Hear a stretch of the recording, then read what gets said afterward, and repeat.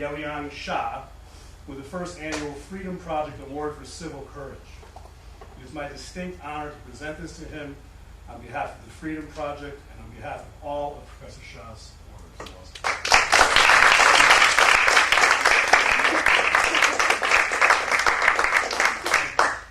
Now the floor is yours. Thanks. Thank you very much, Professor Kushner. It's a great honor for me. And also it's a great encouragement. I think it's not only for me, but for my colleagues and all those dissidents fighting against the dictatorship of CCP in China. I feel I'm also very most grateful to the faculty members and the students who support me, who have been supporting me all those days in Wesley College.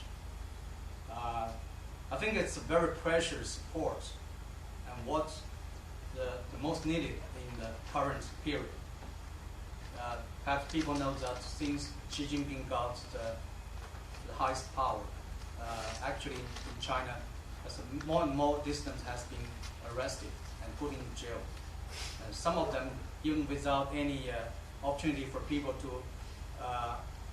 to require a lawyer or attorney, and that means they don't have the opportunity to defend themselves. But tonight, I'd like to talk something. It could be more theoretical issues. It's individualism over nationalism in China, facts and potential risk. As people know, in China, whatever the economic development is, and how fast it is, and how good it seems to, how big the economy became, it's still our communist country. But still, it's an ideological control, which was it was so-called supported or controlled by the Marxism and Mao Zedong force. So in the last 10 years, people feel very clear that the Cultural Revolution atmosphere returns. And so I want to show something not only in a theoretical perspective, but also some stories that happened in China in recent days and months. So please forgive me if I cannot talk in a very deep extent about the theory itself. So first we come to the question, what does individualism mean? Why this question is important? Because President Xi Jinping made a so-called very important speech recently. He called on we must oppose individualism and liberalism in China. It's not a new expression. Actually, for the last 6 decades, and even more, from Chairman Mao Zedong and other leaders, they are saying to criticize, to oppose liberalism and individualism. I don't know whether they study and any concepts of those individualism or other concepts that they mention, the liberalism. Maybe they have their own context. But since they use this term, so we should understand what individualism means to Chinese, especially for contemporary China. Because they think that individualism is something encourage selfishness, encourage people to go against each other, not in mutual cooperation. Rather, it's kind of their evil competition among the people. Why they give these terms with so many bad contents and implications? Like they always call capitalism is the worst capitalism, worst institution in the world, in the history. They said that way. But nowadays, people don't believe that because in China we also adopt some capitalism. If it's not all, it may be partial capitalism. So it may be called China as a state capitalism, or some people call socialist capitalism. It's a queer, right? It's a combination because we have some market system imported from Western countries. But in the meantime, the ideological control, the humanities education in China, still Marxist, and still under the guidance of communism. And all students in China nowadays, they have also learned those theories, so-called Marxist theory, Mao Zedong thoughts, Deng Xiaoping theory, and three representative theory, and so on and so forth. And now Xi Jinping invented a new one. I don't think he invented it by himself. Some of his advisors say that's a Chinese dream. Chinese dream became a theory. So it means China would like to have a kind of a resuscitation about ancient culture, ancient, what do you call the spirit of China, the great Chinese nation, 中华民族. So it refers more than one.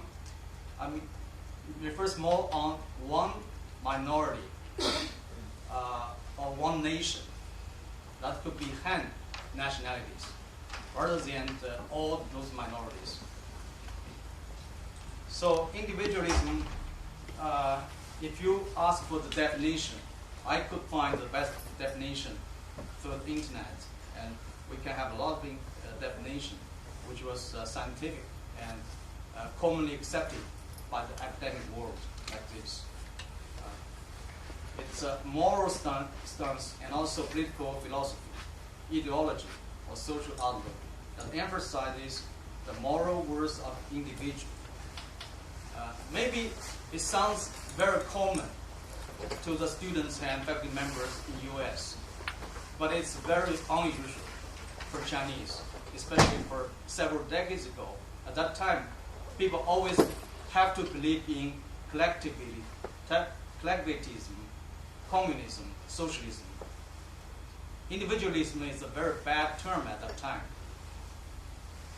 So people, you cannot say you like your own idea. You can't have your own idea. You should obey and should make your force in conformity with other people, and especially with the top leaders. Like 4 decades ago, when Chairman Mao made some speech, and there's maybe at midnight, because Chairman Mao liked to sleep at daytime and working at nighttime. So when he gave some speeches, and all people were waking up to celebrate the new instruction. That's called the paramount instruction, 最高指示. So I remember as a child, I often found myself alone at midnight because my parents have to join the parade. It's kind of a propaganda, and the people all feel very excited to shout with some slogans at midnight, and they use some lanterns or use torches to celebrate. And so maybe next day they will say, oh, they will have some new products, only because they studied Chairman Mao's slogans. So in that atmosphere, people tends to be telling liars rather than telling truth. Because anyone is telling truth, then you're in danger. So I think the individualism, if we come to the contents and its implication, we feel it is very precious for China, which is lacking for hundreds or even thousands of years in China. Because from the very beginning, from the ancient times even, the people are educated to obey or listen to the wisdom or the paramount instruction of the emperors, or maybe some the great sage, like Confucius. Yeah, but even Confucius at his own time is not that respected. When he tried to persuade other kings, and a lot of kings just give him ignorance, and sometimes just turn him down. He had a very bad situation at that time. But his students try to collect all his instructions and words and make one very famous book. So the people nowadays could read those books to understand his thoughts. So I think we should cherish this value of the individualism, no matter how the Communist Party always regarded it as a very bad thing in China. I remember at my childhood, students always told you have to listen to the teacher's instruction, or parents' instruction, or leader's instruction. You cannot have your own ideas. If you persist on your own ideas, that means you are not educated well. You have to learn. You have to teach yourself always to obey some kind of authority. If there's no authority, the grade, the ranking means authority. For instance, like in the army units, each one, his ranking is higher than you. You should always obey him, whether he's telling the truth or false. But it's understandable in army, especially in the wartime, right? It needs a kind of order and to make the war going smoothly.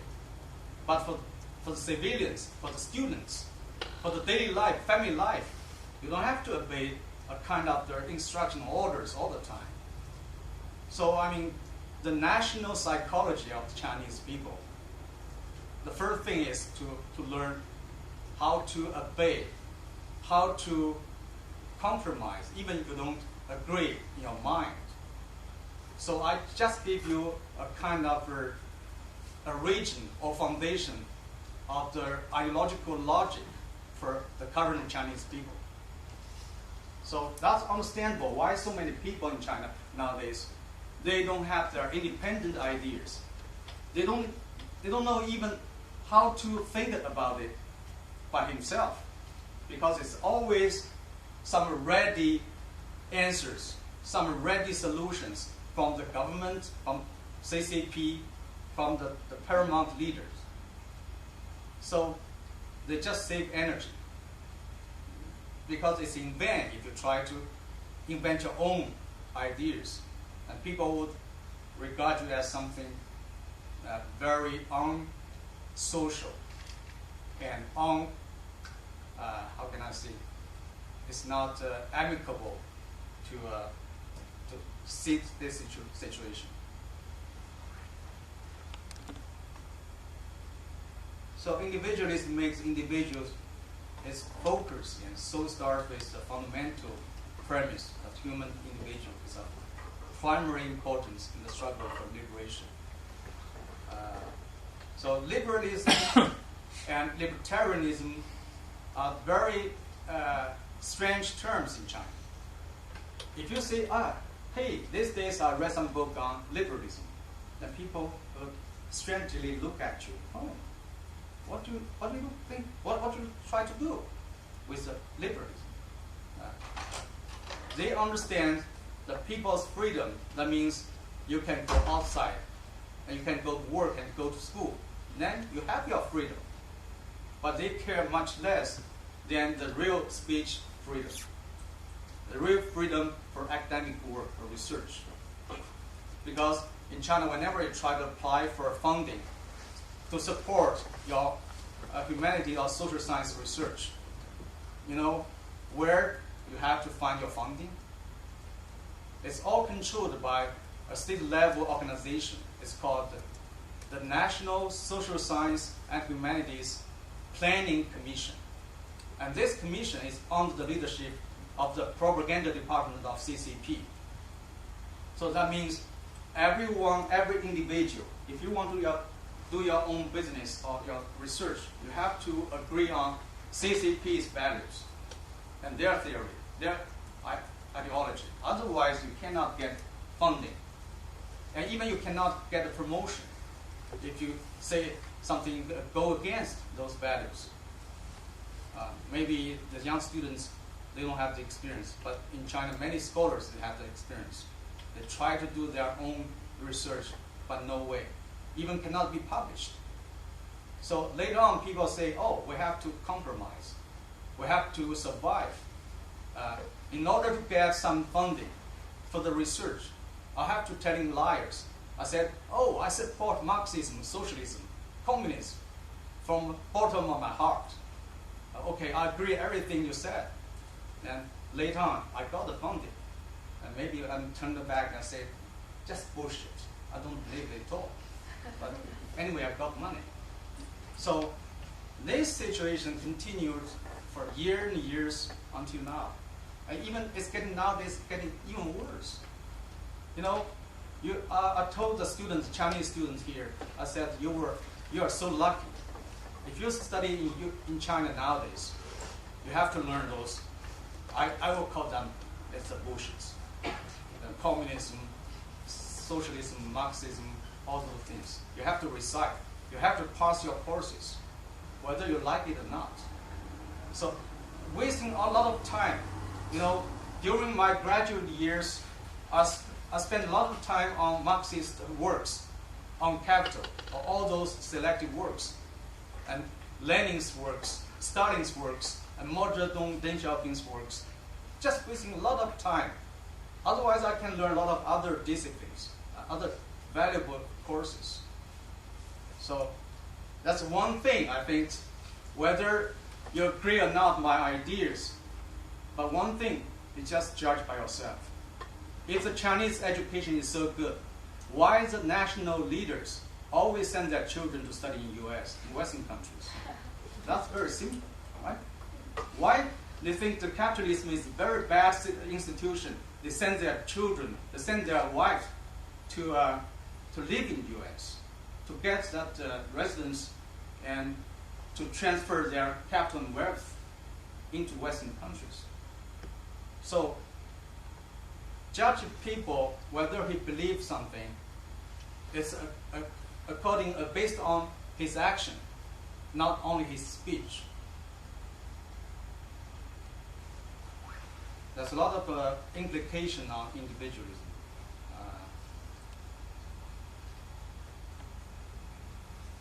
But individualism is not too long if you just call this term. Maybe people cherish this value for a long time. But as a theory, a theoretical term, it's only about 100, maybe 70 years. Yeah, it starts as by the Alvinists in the late 1830s. So it seems to be also have some connection with the socialists or with those people who have the dream of socialism. And more positive use of the term in Britain came to be used with the writing of James Elishman Smith.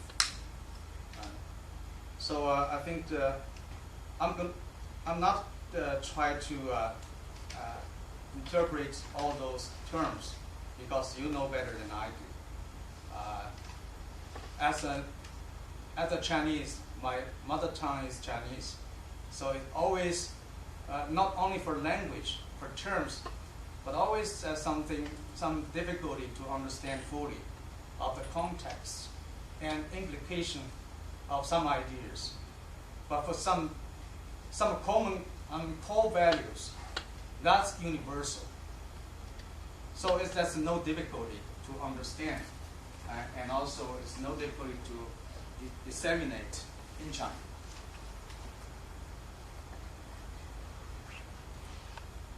Some people say, like Smith argued, without individualism, individuals cannot amass property to increase one's happiness.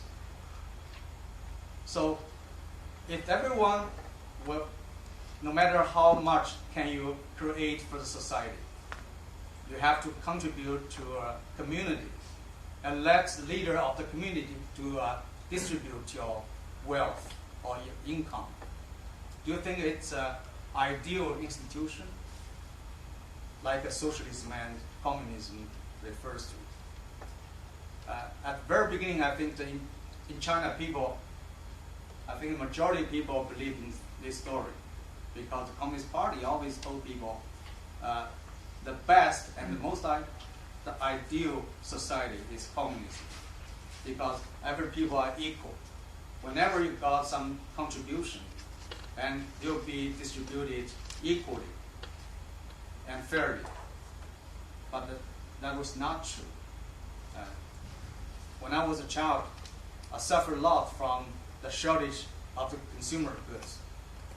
At that time, even the sugar is something hard to get because children always like to eat some sugar.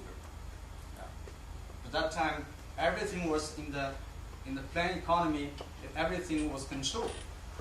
If you want to buy a small box of matches, you have to pay not only money but also with coupon. If you don't have the coupon, you can't purchase. Even you go outside, you want to purchase some bread, steamed bread. You also need kind of grain coupon. Without grain coupon, you cannot eat. So at that time in China, people are so hard to travel. You're not allowed to travel. Even you want to live in the hotel, you need a letter of introduction. If you want to purchase a ticket of an airplane, that means your ranking is not sufficient to sit airplane. Only those people is above the magistrate level, 县级, that's possible for you to travel with the airplane. And the sleeping part of train. And also, you have no right to get your family phone. Only the minister level officials, they can have their telephone in their home. So by and by, it's getting lower rankings, but not every people. I mean, after 1984, I think 1984 and 5, and more people in China, urban people, can apply for their own family phones, but not every city, only very few small cities, few big cities. For Hefei, capital city in Anhui province, only by the early 90s, then individual can apply for their family phones. I remember at that time I applied for several months, and I got approval. And then I have to pay like $1,000 equal to pay for the installation. And then you have to pay every month for the expenses. Very expensive. It's a luxury to have. But people feel very happy at that time because it sounds you enjoyed the privilege enjoyed by the officials before. Now you can enjoy it. So I think the early 1980s in our life is the most free and open time compared with the current situation. People don't believe that. People say, how come? Everything has a progress. How can you say China, the most free and open time is early 1980s? I think that Chinese students, if you ask your parents, then they will tell you the truth. At that time, there's much more, opportunities for individuals to get some consumer goods they have never dreamed of before. The first TV, the first refrigerator, first telephone, first car. First car is by the end of 1990s. But some people maybe early 1990s. That's after the market economy started. So market economy in China is not real, 100% sense. It's only partial, limited market economy. So some people, if you call China as a capitalist system, it's not true. it's only partial. In what sense? It's only in economic sector. In some sectors, not all sectors. You know, in China, private sectors actually made majority of the contribution to the national economy. There's some data shows for the last 20 years, there's I think 75% GDP was contributed by private firms. Less than 25% contributed by SOEs, the state-owned enterprise. But even for SOEs, those firms always took the monopoly in a very, in many profitable industries. For those hard and less profitable industries, then they let the private firms to take that. But even then, they make a huge profit.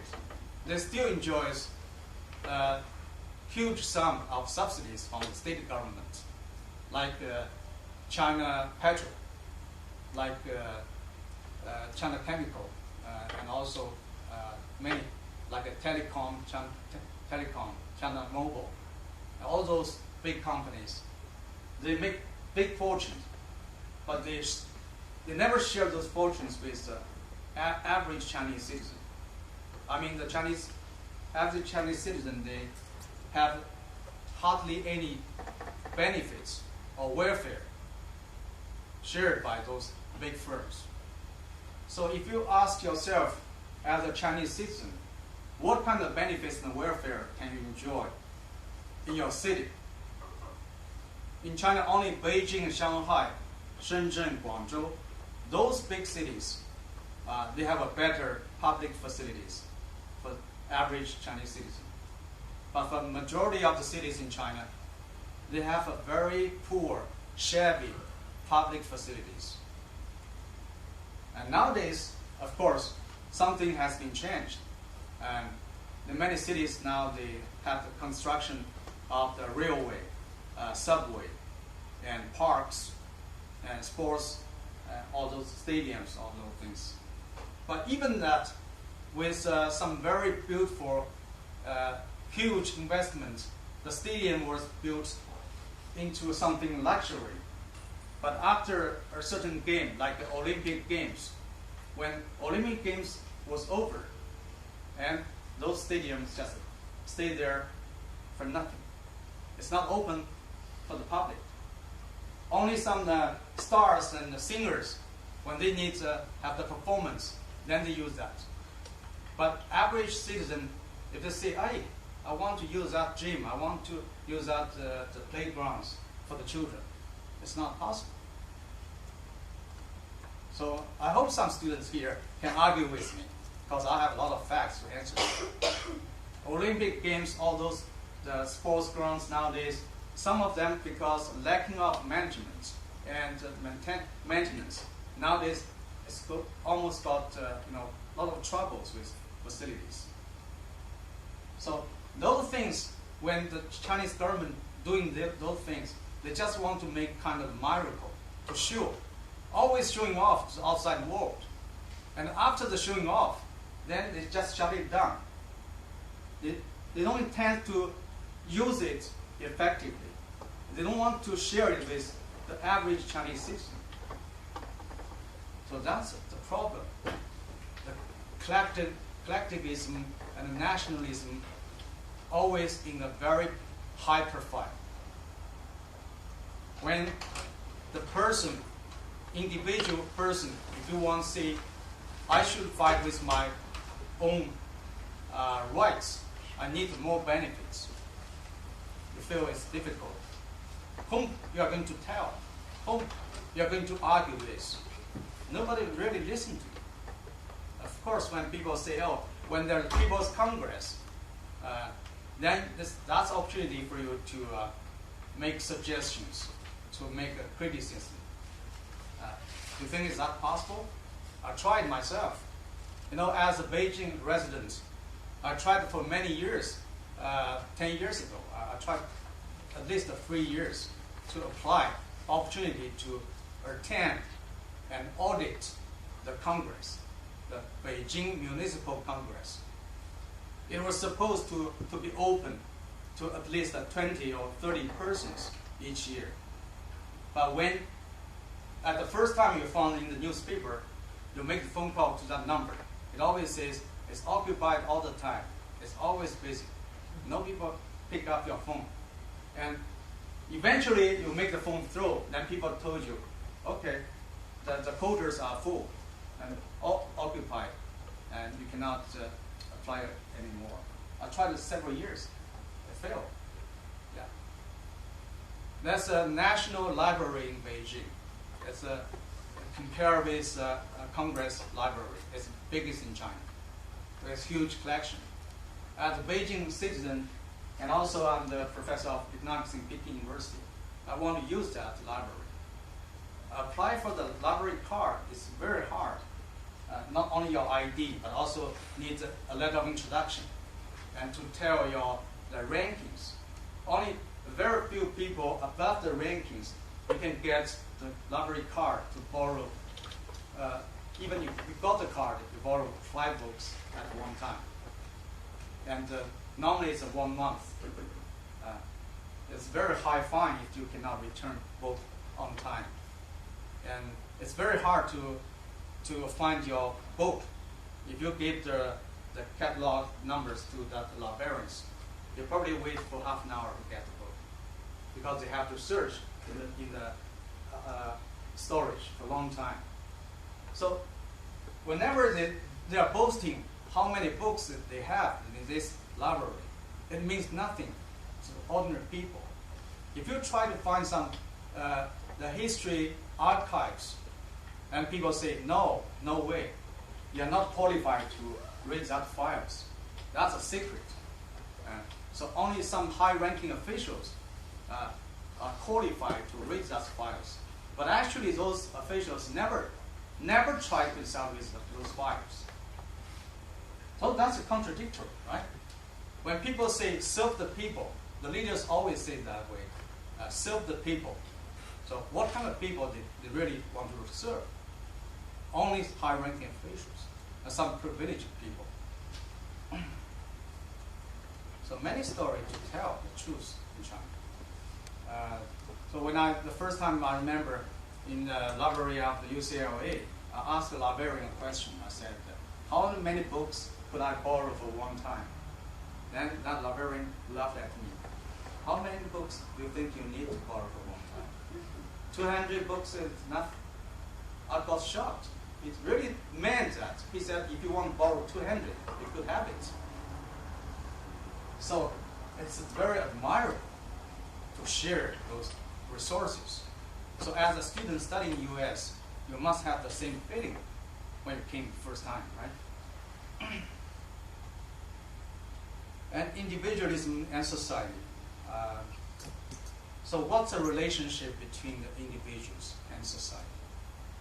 In the free, open society, individuals are encouraged to have your own ideas, your personal opinions, and your invention, your creation, your contribution, whether it was judged as good or not. Because who can judge your thinking or your ideas, whether it's valuable or not? But in China, people are supposed to always judge it by others.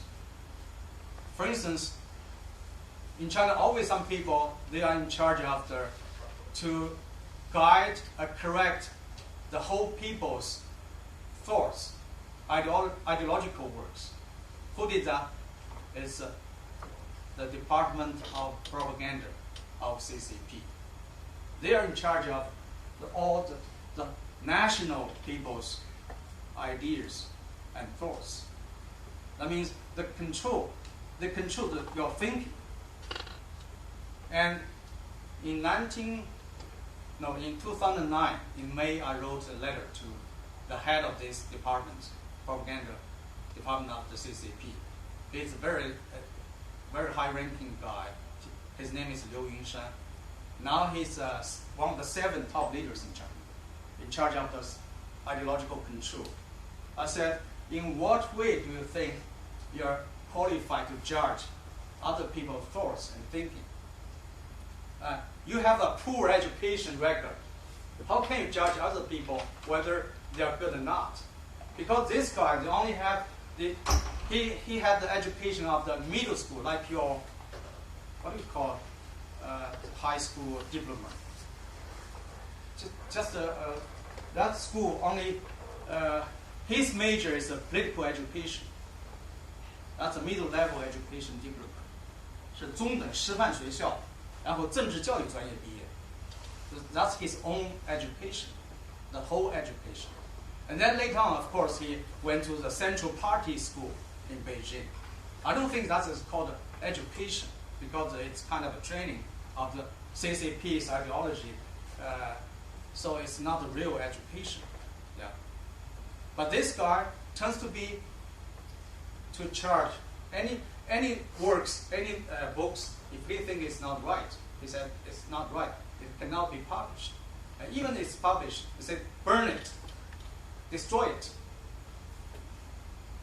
Not himself. I mean, he has a huge team or ranks work for him. How many people in China for this job? I think 500,000. 500,000 people just doing those jobs. Say, oh, whether this work, this research is valuable or not.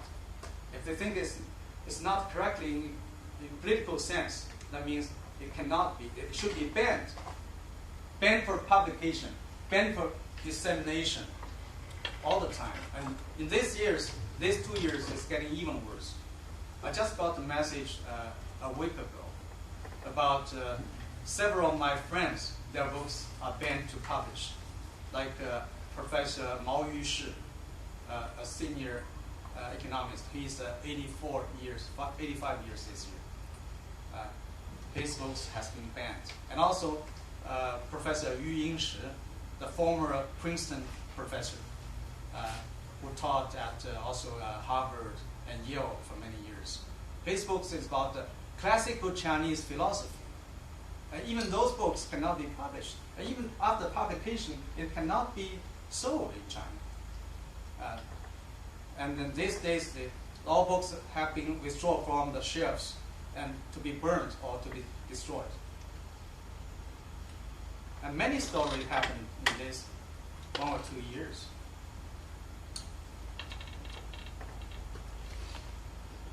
So I would like to mention Rousseau, famous philosopher, and claims that his concept of the general will and the social contract is not a simple collection of individual wills, and that it furthers the interests of the individual. That's more further interpretation on that. So I think the people living in Western countries, they takes this for granted because it's everyday life, it's a common sense.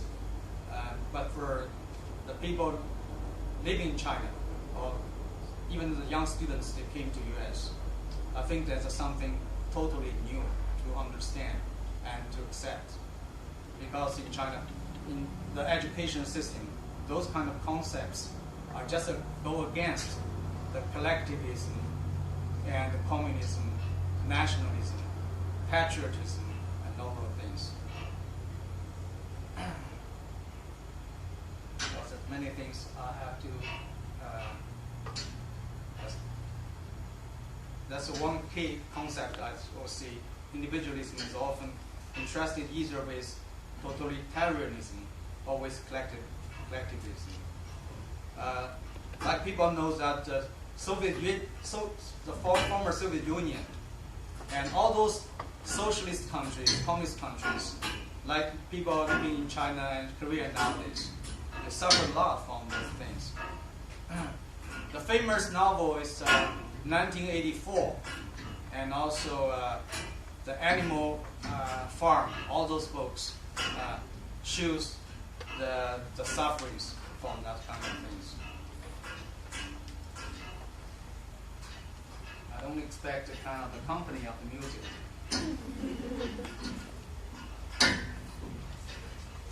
There's a lot of things refer to individualism. So if the young students, especially students who come from China, you are interested in those concepts, I encourage you to read more about individualism. It's very special and very precious for Chinese culture. And also political individualism. And people say, nobody will waste his life accumulating things and symbols for things. One will live. To live is a rare thing in the world. Most people just exist, that's all. So live and survive is different. I think many people in China nowadays, they regard as living, regarding surviving as living. So that's different. There are a lot of things like anarchism and liberalism. Those concepts we should have the comparison with. So I should save my time and not to mention too much about theory concepts. Maybe I should leave some time for you to raise questions and straightforward questions. So love individualism to understand and to read. And here comes the nationalism, because it's a term that's emphasized by the officials nowadays with a special emphasis.